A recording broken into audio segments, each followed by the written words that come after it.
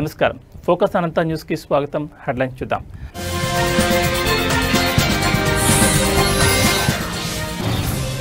మహారాష్ట్రలోని పాల్కర్ జిల్లాలో ఘోర ప్రమాదం. కుప్పకూలిన భవనం, 15 మంది మరణం.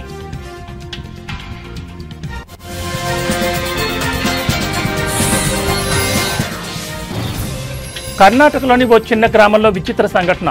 నల్లూరు గ్రామంలో ఓ సాధారణ నాటుకోడి నీలం రంగులో గుడ్డు.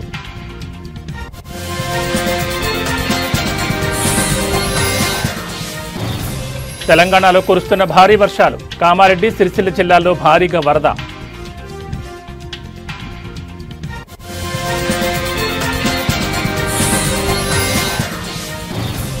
విశాఖలో 3 రోజుల జనసేన విస్తృత స్థాయి సమావేశాలు. ఇవాళ రేపు పార్టీ అంతర్గత అంశాలపై చర్చ.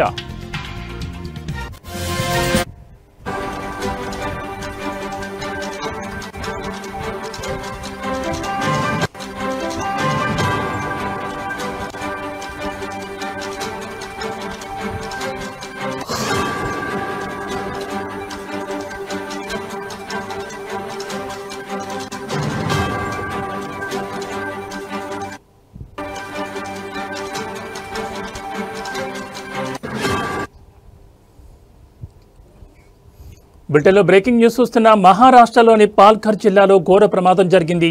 ముంబై సమీపంలోని విరార్ ప్రాంతంలో 4 అంతస్తుల నివాస భవనం కుప్పకూలిన ఘటనలో సుమారు 15 మంది చనిపోయారు. మరికొంతమంది తీవ్రంగా గాయపడ్డారు. ఇక విరార్లోని నారంగి ఫాటా దగ్గర ఉన్న రాము కాంపౌండ్లోని రమాబాయి అపార్ట్మెంట్ భవనం 4వ అంతస్తు చెందిన వెనుక భాగం ఒక్కసారిగా కూలింది. ఆ శిథిలాల పక్కనే ఉన్న ఒక చిన్న ఇళ్ల సముదాయంపై పడ్డాయి. దీంతో సమాచారం అందుకున్న వెంటనే పోలీసులు, వసాయి, విరార్ మున్సిపల్ కార్పొరేషన్ అధికారులు, అగ్నిమాపక సిబ్బంది, ఎన్డీఆర్ఎఫ్ బృందాలు సంఘటనా ప్రదేశానికి చేరుకున్నాయి.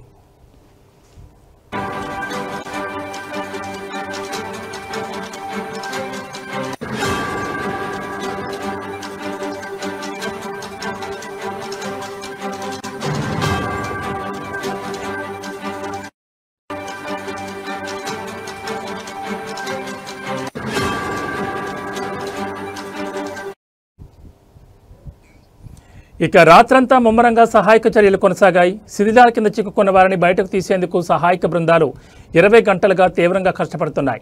ఇప్పటి వరకు శిథిలాల కింద నుంచి 11 మందిని సురక్షితంగా బయటకు తీసుకురాగా గాయపడిన వారిని విరార్, నలసోపారాలోని ఆసుపత్రులకు చికిత్స కోసం తరలించారు. కొందరికి ప్రాథమిక చికిత్స చేసి డిశ్చార్జ్ చేశారు.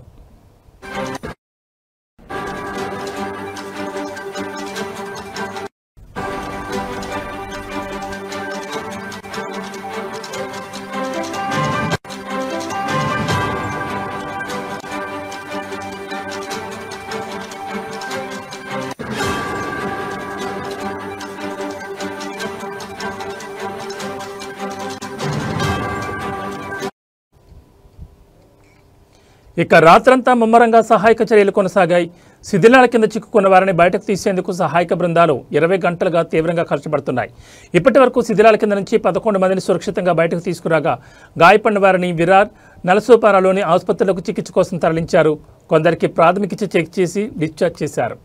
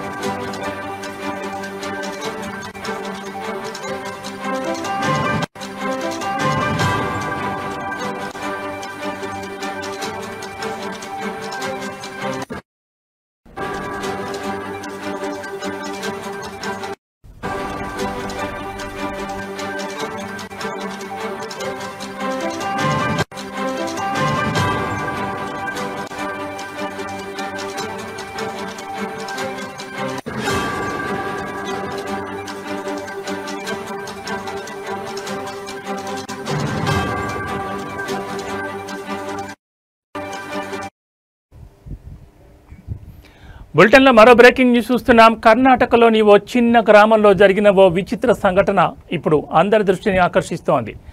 దావణగిరి జిల్లా చెన్నగిరి తాలూకాలోని నల్లూరు గ్రామంలో ఓ సాధారణ నాటుకోడి నీలం రంగులో ఉన్న గుడ్డు పెట్టడమే ఈ ఆశ్చర్యానికి కారణం.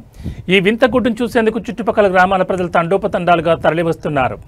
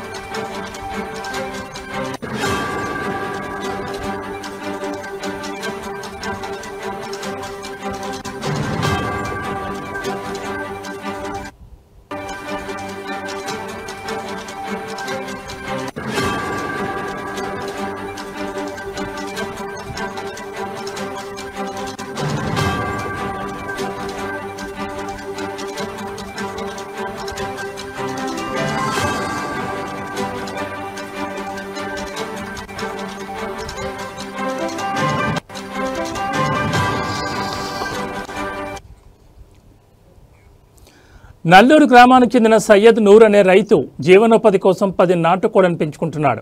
వాటిలో ఒక కోడి తాజాగా నీలం రంగు గుడ్డు పెట్టడంతో ఆయన ఆశ్చర్యపోయారు. సాధారణంగా తెలుపు గుడ్లను చూసే ఆ ఊరి ప్రజలకు ఈ నీలం గుడ్డు అద్భుతంగా కనిపించింది.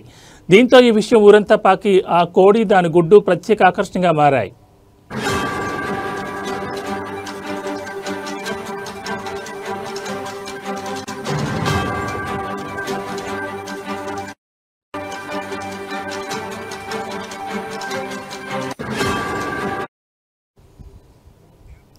పశుసంవర్ధక శాఖ సహాయ సంచాలకులు డాక్టర్ అశోక్ నేతృత్వంలోని బృందం గ్రామానికి చేరుకుంది. వారు ఆ కోడిని గుడ్డును క్షుణ్ణంగా పరిశీలించారు. కొన్ని జాతుల కోళ్లలో ఉండే బైలివేడిన్ అనే వర్ణద్రవ్యం ప్రిగ్మెంట్ కారణంగా గుడ్డు పెంకుకు నీలం లేదా ఆకుపచ్చ రంగు వస్తుందని డాక్టర్ అశోక్ వివరించారు. ఇది చాలా అరుదుగా జరుగుతుందని, అయితే గుడ్డు రంగు మారినా దానిలోని పోషక విలువల్లో ఎలాంటి మార్పు ఉండదని ఆయన స్పష్టం చేశారు.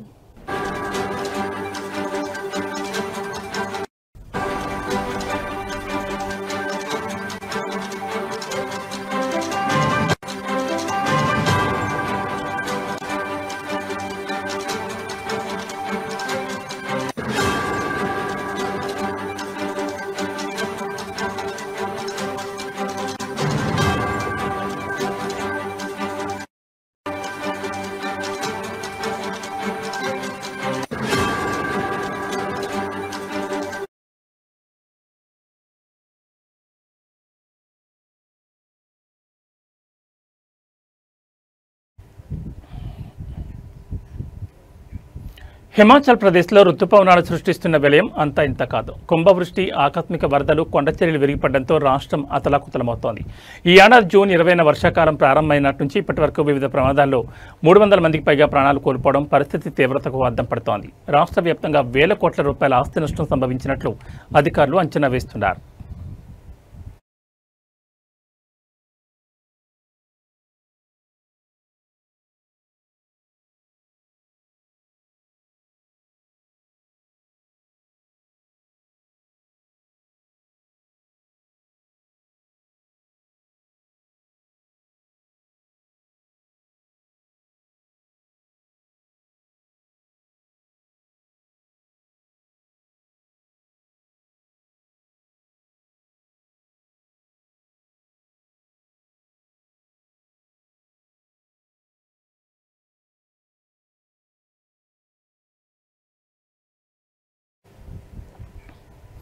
రాష్ట్ర విపత్తు నిర్వహణ అథారిటీ విడుదల చేసిన గణాంకాల ప్రకారం ఆగస్టు 27 నాటికి మృతుల సంఖ్య 310కి చేరింది. వీరిలో 158 మంది నేరుగా వర్ష సంబంధిత ప్రమాదాలైన కొండచర్యలు విరిగిపడడం, ఇళ్లు కూలిపోవడం, వరదల్లో కొట్టుకుపోవడం, విద్యుత్ షాక్ వంటి కారణాలతో మరణించారు. మరో 152 మంది రోడ్డు ప్రమాదాల్లో చనిపోయారు. ఈ ప్రకృతి విపత్తులో సుమారు 369 మంది గాయపడగా మరో 38 మంది ఆచూకీ గల్లంతైంది. ఈ వర్షాల కారణంగా మండి జిల్లా అత్యంత తీవ్రంగా నష్టపోయింది. ఒక్క మండి జిల్లాలోని 51 మరణాలు సంభవించగా కాంగ్రాలో 49, చంబాలులో 36, సిమ్లాలో 28 మంది మరణించినట్లు అధికారిక లెక్కలు చెబుతున్నాయి. మౌలిక సదుపాయాలకు జరిగిన నష్టం కూడా భారీ స్థాయిలోనే ఉంది. ప్రభుత్వ, ప్రైవేట్ ఆస్తుల నష్టం విలువ మొత్తం 2,62,336,36.38 లక్షలు దాటినట్లు ప్రాథమికంగా అంచనా వేశారు.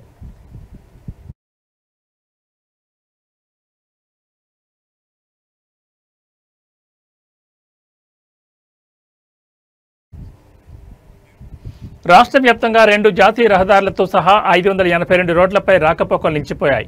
ముఖ్యంగా కులు, మండి, కాంగ్రా, సిమ్లా జిల్లాలపై ప్రభావం ఎక్కువగా ఉంది. కేవలం కులు జిల్లాలోని NH03, NH305 మార్గాలను అధికారులు మూసివేశారు. రాష్ట్ర వ్యాప్తంగా 1155 విద్యుత్ ట్రాన్స్ఫార్మర్లు, 346 తాగునీటి సరఫరా పథకాలు దెబ్బతిన్నాయి. దీంతో అనేక ప్రాంతాల్లో విద్యుత్, నీటి సరఫరాకు తీవ్ర అంతరాయం ఏర్పడింది.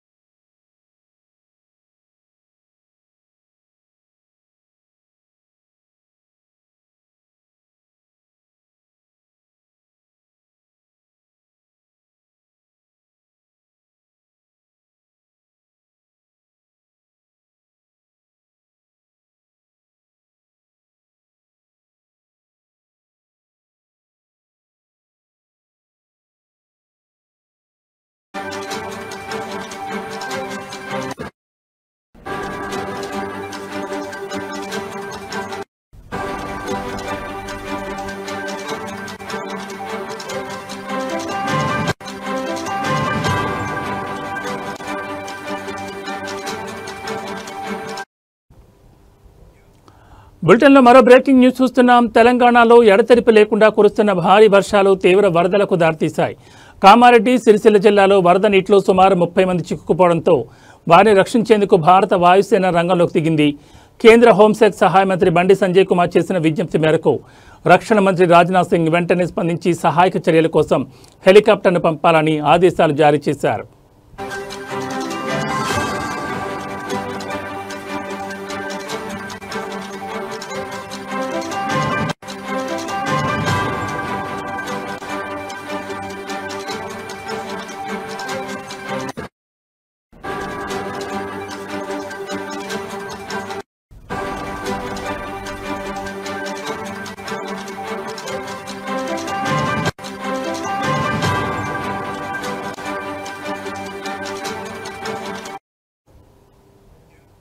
బండి సంజయ్ నేరుగా రక్షణ మంత్రి రాజ్నాథ్ సింగ్ ఫోన్ చేసి పరిస్థితిని వివరించారు. దీంతో హక్కింపేట ఎయిర్ఫోర్స్ స్టేషన్లోని అధికారులకు తక్షణ ఆదేశాలు అందాయి. ఫలితంగా వరదలో చిక్కుకున్న వారిని సురక్షిత ప్రాంతాలకు తరలించేందుకు వాయుసేన హెలికాప్టర్ సిద్ధమైంది.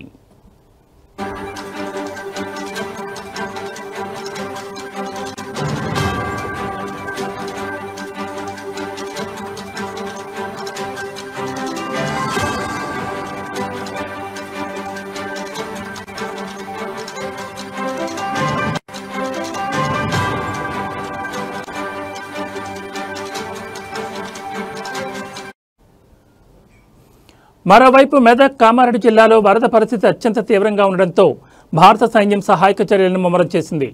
ఆర్మీకి చెందిన ప్రత్యేక బృందాలు రంగంలోకి దిగి ఎన్డీఆర్ఎఫ్, ఎస్డీఆర్ఎఫ్ స్థానిక అధికారులతో కలిసి పనిచేస్తున్నాయని సదరన్ కమాండ్ ఒక ప్రకటనలో తెలిపింది. ఆర్మీ, ఇంజనీరింగ్ టాస్క్ ఫోర్సులు దెబ్బతిన్న రహదారులను పునరుద్ధరిస్తూ అడ్డంకులు తొలగిస్తున్నాయి. వైద్య బృందాలు బాధితులకు తక్షణ సేవలు అందిస్తున్నాయి. ప్రత్యేక బోట్లు, ఇతర పరికరాలతో వరదల్లో చిక్కుకున్న ప్రజలను సురక్షిత ప్రాంతాలకు తరలించడంతో పాటు వారికి అవసరమైన సహాయ సామగ్రిని అందజేస్తున్నారు.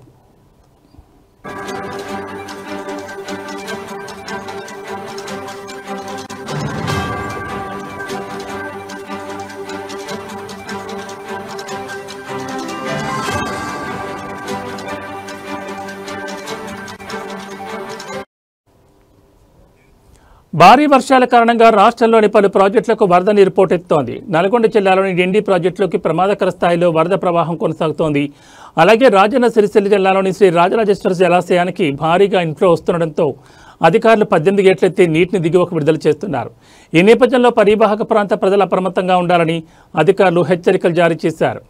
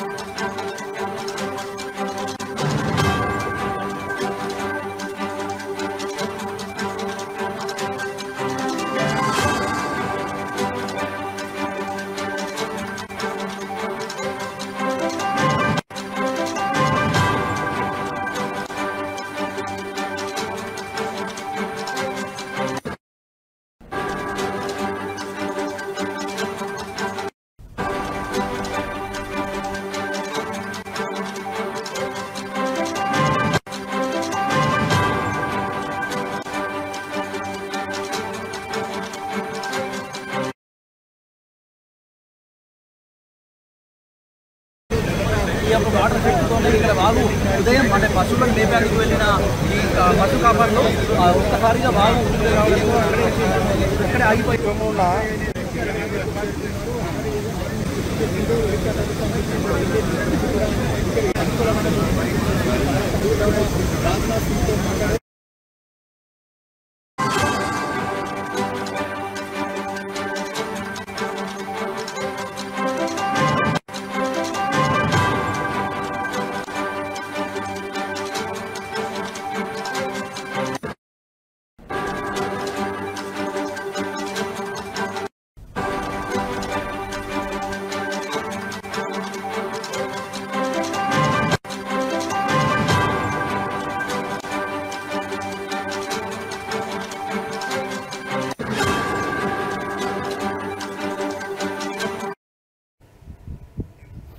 బులెటిన్లో మరో బ్రేకింగ్ న్యూస్ చూస్తున్నాం. 3 రోజుల జనసేన పండుగకు విశాఖ నగరం సిద్ధమైంది. ప్రభుత్వంలో భాగస్వామ్యం తర్వాత పార్టీలో పరిస్థితులను సమీక్షించుకునేందుకు జరుగుతున్న సమావేశాలు కావడంతో శ్రేణులు ఉత్కంఠగా ఎదురుచూస్తున్నాయి.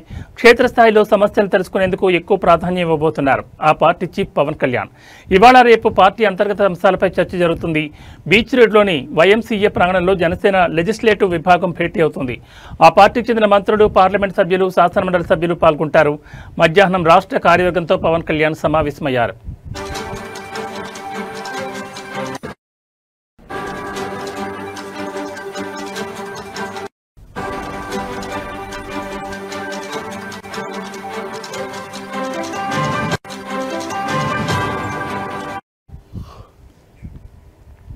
29న 25 పార్లమెంట్ నియోజకవర్గాల నుంచి 10 మంది చొప్పున ప్రతినిధులతో పార్టీ అధినేత ప్రత్యేకంగా ముఖాముఖి నిర్వహిస్తారు. పార్టీ ఆవిర్భావం నుంచి జెండా మోస్తూ రాజకీయ ఒత్తిళ్లను తట్టుకుని నిలబడిన వాళ్లకు ప్రాధాన్యం ఇస్తారు. ఇక ఈ నెల 30 జరిగే సేనాతో సేనాని బహిరంగ సభపై జనసేనతో సహా రాజకీయ పక్షాలు ఉత్కంఠగా ఎదురుచూస్తున్నాయి. ఏపీ, తెలంగాణ నుంచి 15,000 మంది ప్రత్యేక ఆహ్వానితులతో ఈ మీటింగ్ జరగనుండగా ఇందిరా ప్రియదర్శిని స్టేడియంలో ఏర్పాట్లు ఊపందుకున్నాయి. వర్షాల కారణంగా ఎటువంటి ఇబ్బందులు తలెత్తకుండా జర్మన్ హ్యాంగర్స్ నిర్మిస్తున్నారు.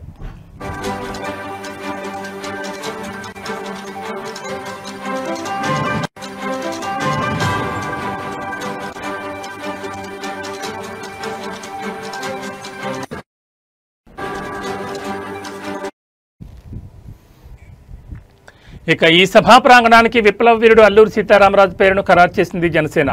5 గేట్ల ద్వారా సభికులు నాయకత్వం వహించేందుకు ఏర్పాటు చేశారు.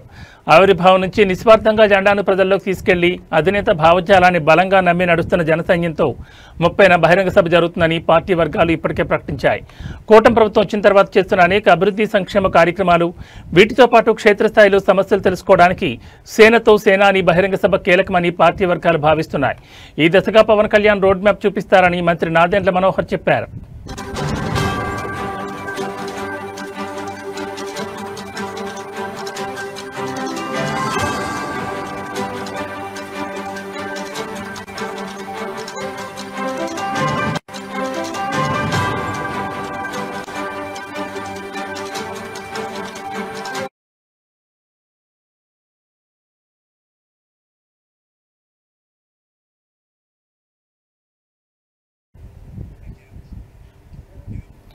గాంధారి వరద బీభత్సం కలిగించింది. ఈ కష్టం సమయంలో ఎస్ఐ ఆంజనేయులు, సిబ్బంది, యువకులు చేసిన సహాయం చాలా గొప్పదని ప్రజలు హర్షం వ్యక్తం చేస్తున్నారు. ప్రభుత్వం ఇలాంటి విపత్తు సమయాల్లో మరింత వేగంగా స్పందించాలని కోరుతున్నారు. ఆ మహిళ ప్రాణాలను కాపాడిన వారికి కృతజ్ఞతలు తెలిపారు. ఇలాంటి సంఘటన జరిగినప్పుడు ప్రజలు ఒకరికొకరు సహాయం చేసుకోవడం చాలా ముఖ్యమన్నారు. వరదలు రాకుండా ముందు జాగ్రత్త చర్యలు తీసుకోవాలని, ఆ గుడి మునిగిపోవడం చాలా బాధాకరమని, దాన్ని పునరుద్ధరించడానికి అందరూ ముందుకు రావాలన్నారు. అధికారులు వరద పరిస్థితిని అంచనా వేసి ముందస్తుగా ప్రజలను హెచ్చరించాలని, ఈ వరదల వల్ల జరిగిన నష్టంపై త్వరగా ఒక నివేదిక తయారు చేయాలన్నారు.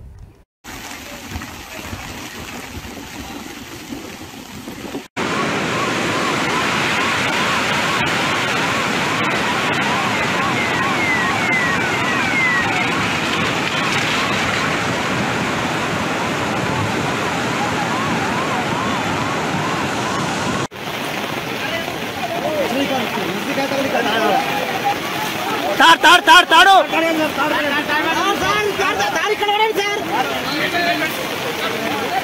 కృష్ణ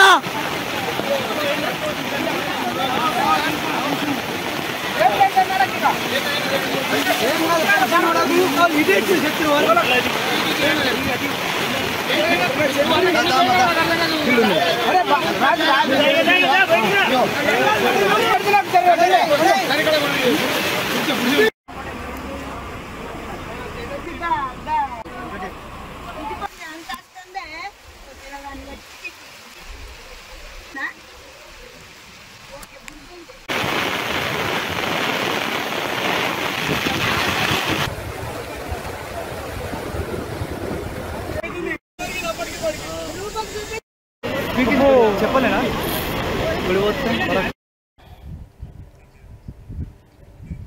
కూటమి ప్రభుత్వం అభివృద్ధి లక్ష్యంగా పనిచేసుకుంటూ ముందుకు వెళ్తోందని రాయచూట్లో 3.30 కోట్ల అభివృద్ధి పనులకు నేడు శంకుస్థాపన చేయడం జరిగిందని మంత్రి మండిపల్లి రాంప్రసాద్ రెడ్డి పేర్కొన్నారు. అన్నమయ్య జిల్లా రాయచూట్లో ఆయన పలు అభివృద్ధి పనులకు శంకుస్థాపన చేశారు. ఈ సందర్భంగా ఆయన మాట్లాడుతూ రాయచూట్ని అభివృద్ధి చేయడమే లక్ష్యంగా కూటమి ప్రభుత్వం పనిచేస్తుందని, అభివృద్ధి సంక్షేమ పథకాలే కూటమి ప్రభుత్వానికి శ్రీరామ రక్షణని కొనియాడారు.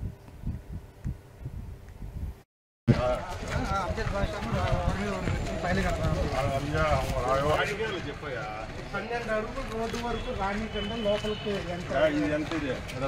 ఇది 12 అడుగులు.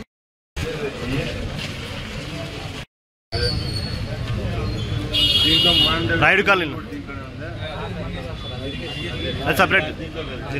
ఇప్పుడు మనమంతా శంకుస్థాపన చేసి 5 కోట్లు అది బాగా చేసి ఇవన్నీ పెట్టినారు. జగన్మోహన్ రెడ్డి పెట్టాడు ఆ బొమ్మలన్నీ. అవి ఏమైనా ఉంటే ఎవరన్నా మంచి వాళ్ళు ఎవరైనా లీడర్లు పాడు బొమ్మలు ఉంటే పెట్టండి. లేకపోతే ఆ సర్కిల్లో యాక్సిడెంట్ అయితే చచ్చిపోతాను. ఇది తగ్గింది, సైజ్ తగ్గింది. ఇంత పెట్టారు అక్కడ నేదా సర్కిల్, దాన్ని అంత తగ్గింది, సైజ్ తగ్గింది. దినే దినే వ్యవసాయ అభివృద్ధి, రాజకీయ అభివృద్ధి శ్రీ విఘ్నేశ్వర సంకల్పేన పూజాం ఓం శ్రీ సమర్పయామి పూజయ అద్భుతగాత్రాజ కామిదార్థప్రదాయిని శ్రీమద్ వెంకటనాథాజ శ్రీనివాసాజ మంగళ లక్ష్మీ సమేత మహాగణప దేవతాభ్యో నమః. ఇందిరా రమణ గోవింద.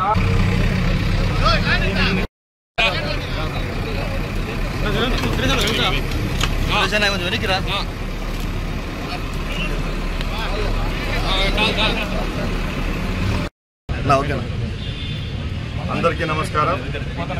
ఈరోజు రాయచోటి మున్సిపాలిటీ పరిధిలో సుమారు 3.5 కోట్ల రూపాయలతో సీసీ రోడ్లు, డ్రైనేజు, అలాగే మాండవ్య నది బ్యూటిఫికేషన్ కార్యక్రమానికి శంకుస్థాపన చేయడం జరుగుతూ ఉంది. ముఖ్యంగా రాయచోటి పట్టణంలో ఉన్న రోడ్లన్నీ ఈ 15th ఫైనాన్స్ నిధులు ఏవైతే ఉన్నాయో దాంట్లోకి తీసుకొని వస్తున్నాం. ముఖ్యంగా 33 రోడ్లను దీని కింద సుమారుగా 3.5 కిలోమీటర్లు పూర్తిగా ఈ నెలలోనే ఈ కార్యక్రమాన్ని పూర్తి చేస్తాం. అలాగే రాయచోటి చుట్టుపక్కల ఉన్న భారీ వర్షాల వల్ల తీవ్రంగా ఇబ్బందులు పడుతున్న సిరిసిల్ల, కామారెడ్డి జిల్లాల్లో బీఆర్ఎస్ వర్కింగ్ ప్రెసిడెంట్ కేటీఆర్ పర్యటించారు. వరద ప్రభావిత ప్రాంతాలను పరిశీలించారు. ముందుగా సిరిసిల్ల జిల్లాలోని నర్మలాలో, అనంతరం కామారెడ్డిలో పర్యటించారు. ఈ నేపథ్యంలో సిరిసిల్లకు బయలుదేరారు. అంతకుముందు రాష్ట్ర వ్యాప్తంగా ఉన్న బీఆర్ఎస్ నాయకులతో కేటీఆర్ టెలికాన్ఫరెన్స్ నిర్వహించారు. వరద ప్రభావిత ప్రాంతాల్లో పార్టీ నాయకులు సహాయక చర్యలు చేపట్టాలని సూచించారు.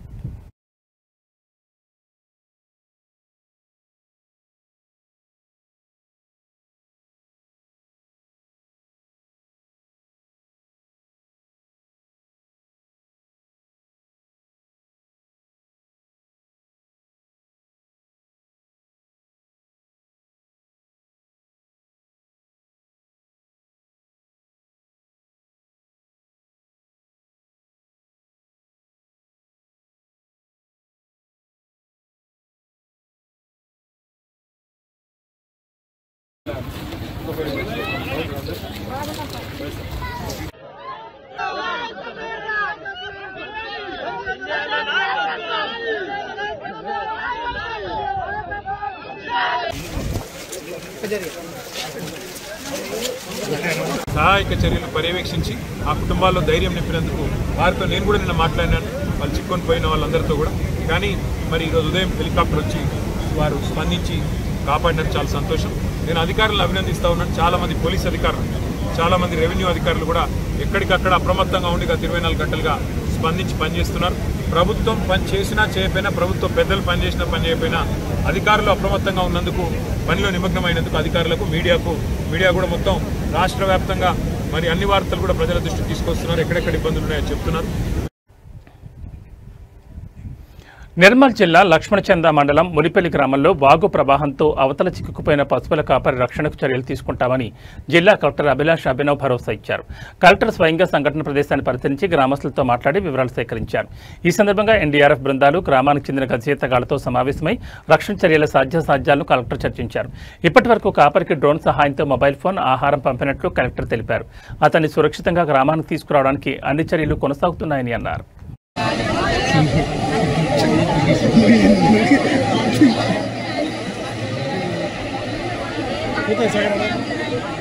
మేము ఈ గాలికి పోయాం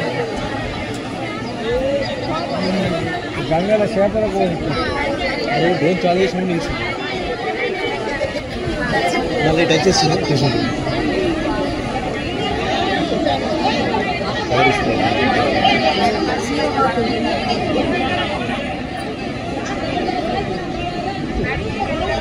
అసలు అలాగా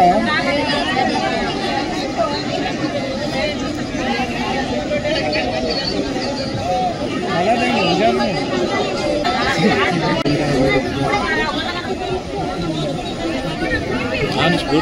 అయితే అక్కడికి పోతే వేస్టే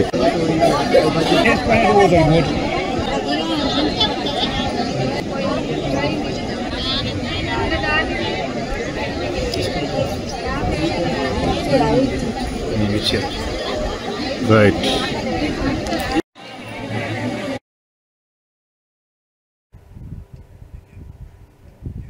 ఇవి బులెటిన్ విశేషాలు. మరో బులెటిన్తో మళ్ళీ కలుసుకుందాం. నమస్కారం.